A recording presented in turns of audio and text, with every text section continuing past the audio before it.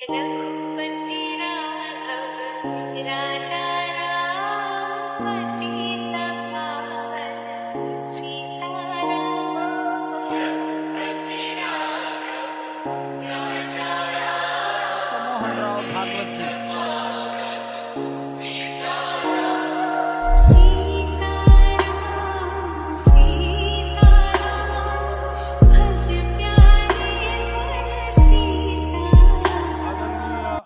प्रधानमंत्री जी, उत्तर प्रदेश के आदरणीय मुख्यमंत्री जी, आदरणीय राज्यपाल महोदया,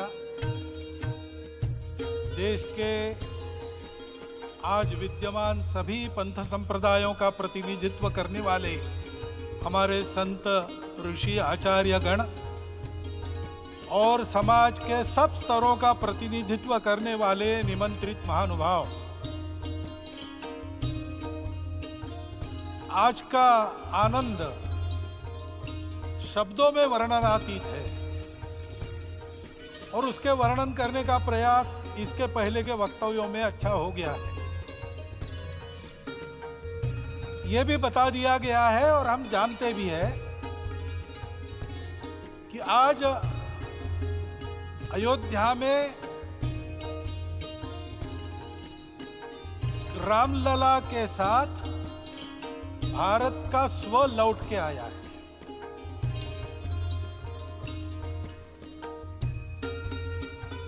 और संपूर्ण विश्व को त्रासदी से राहत देने वाला एक नया भारत खड़ा होके रहेगा, इसका प्रतीक आज का कार्यक्रम बन गया है।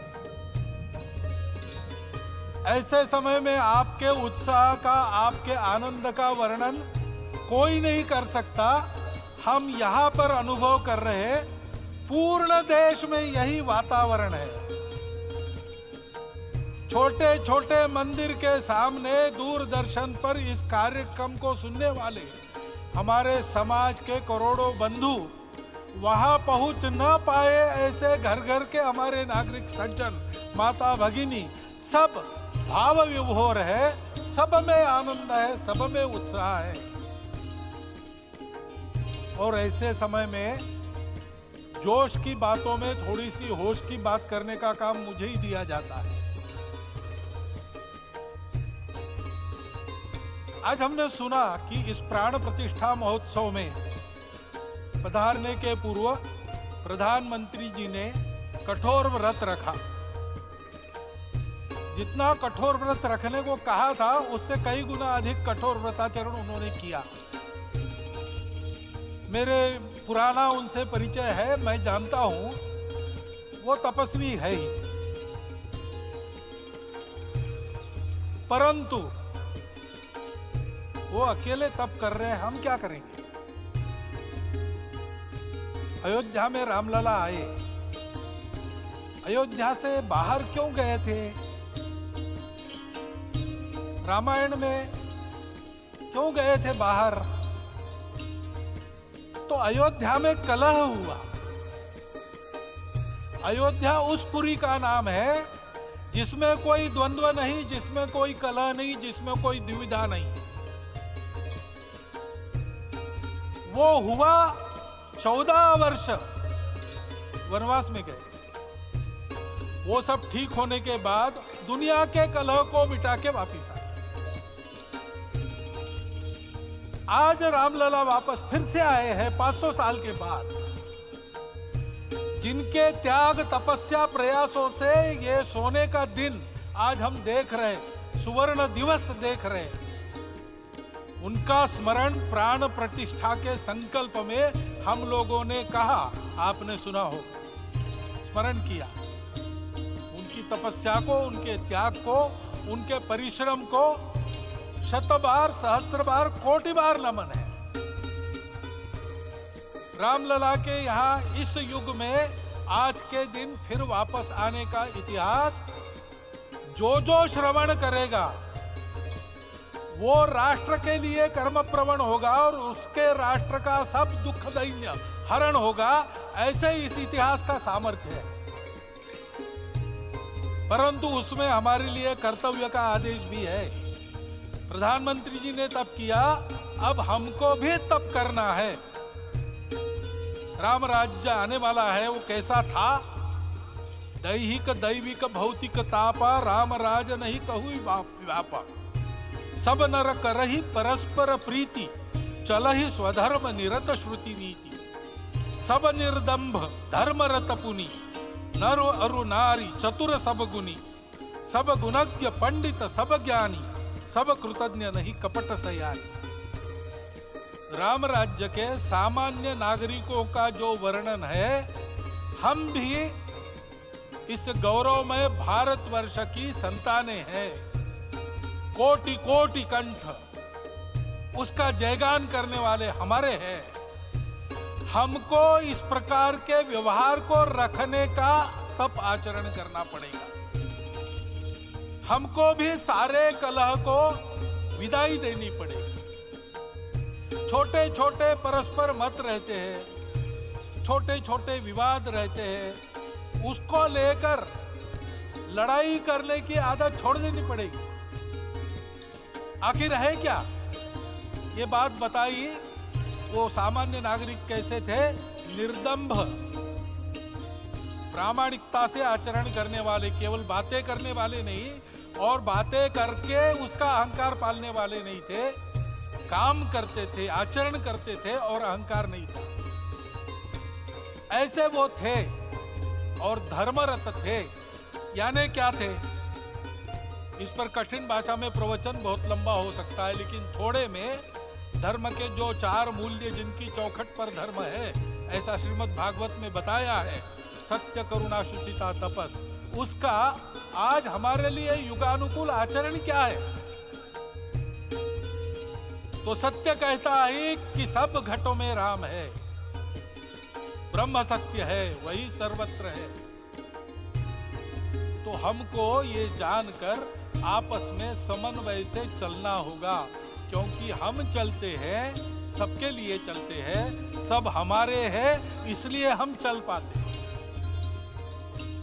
और इसलिए आपस में समन्वय रखकर व्यवहार करना, ये धर्म का पहला जो पैर है, सत्य, उसका आचरण है।